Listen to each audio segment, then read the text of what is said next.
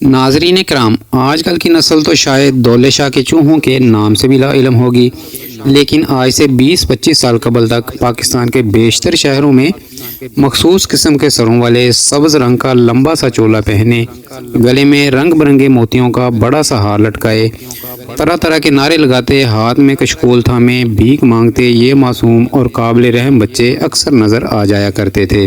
इन बच्चों की अक्सरियत चंद मखसूस अल्फाज से बढ़कर बोलने की सलाहियत से भी महरूम हुआ करती थी।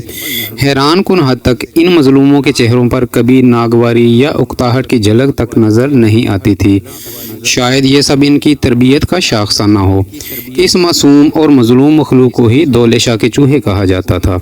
इनको देखकर अक्सर जहन में ख्याल आता है कि ये एक जैसी शक्ल और वज़ाक़ता के लोग कौन हैं, कहाँ से आते हैं, इनकी वज़ाक़ता मखसूस क्यों है। सबसे बढ़कर ये सवाल कि इन्हें दौले शाह के चूहे का गैर मुहज़्ज़ब लक़ब किसने और क्यों दिया।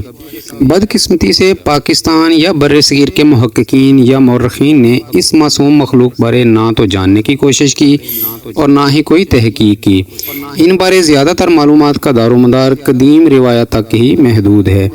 इससे पहले कि इस मखलूक की ज़िंदगी पर तफसील से रोशनी डालें, पहले इनकी तारीख़ का जायज़ा लेते हैं। दौले शाह के चूहे कौन हैं?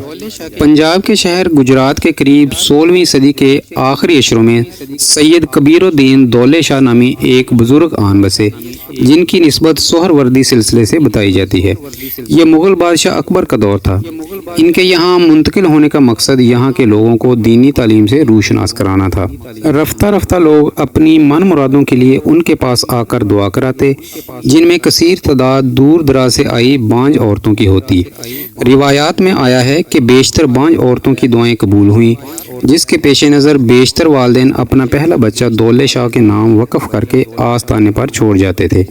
कुछ हिकायत ये भी हैं कि अगर कोई वालिदैन अपने पहले बच्चे को इस आस्ताने के लिए वक़फ़ करने से गुरेज करते तो उनकी बाकी औलाद छोटे सरों वाली ही पैदा होती थी। कुछ रिवायत तो ये भी हैं कि जो वालिदैन अपने पहले बच्चे को इस आस्ताने के हवाले नहीं करते थे, बड़े होते ही उनके बच्चे खुद ब खुद इस आस्ताने जा पहुँचते थे। कुछ अरसे बाद दौले शाह का इंतकाल हुआ तो अकीदतमंदों ने उस आस्ताने को एक मज़ार में बदल दिया और अकीदतमंदों और दुआ के तालबों की आमद का सिलसिला बढ़ता चला गया। उनके मखसूस छोटे सरों की साखत के बारे में तरह तरह की ज़ेरे गर्दिश कहानियाँ कई सालों से सुनने को मिलती रही हैं। कहा तो ये जाता है कि यहाँ लाए गए बच्चों को सबसे पहले मखसूस शक्ल में ढालने के लिए उनके सरों पर लोहे के कनोप चढ़ा दिए जाते थे, जिसके बायस उनके सर मामूल से छोटे रह जाते, फिर उनसे भीख मंगवाई जाती। ये गैर इखलाकी नाम कैसे शोहरत पा गया? तारीखी हवालों से पता चला है कि 1839 में पेशावर के कर्नल क्लॉड मार्टन के मिशन सेक्रेटरी शहामत अली दौले शाह के मज़ार पर आए। कहते हैं कि ये इस मुनफरिद मखलूक को देखकर बहुत हैरान हुए और बेअख्तियार उनके मुंह से निकला, ये तो दौले शाह के चूहे हैं। रिवायतों में है कि इसके बाद इस मासूम और बेज़रर मखलूक की शनाख्त इसी नाम से की जाने लगी। मुहक्किकीन और मौर्रिख़ीन क्या कहते हैं? डॉक्टर जॉनस्टन वो पहले साइंसदान थे जो 1866 में यहाँ आए। उनकी मुलाकात मज़ार में मौजूद 9 बच्चों से हुई।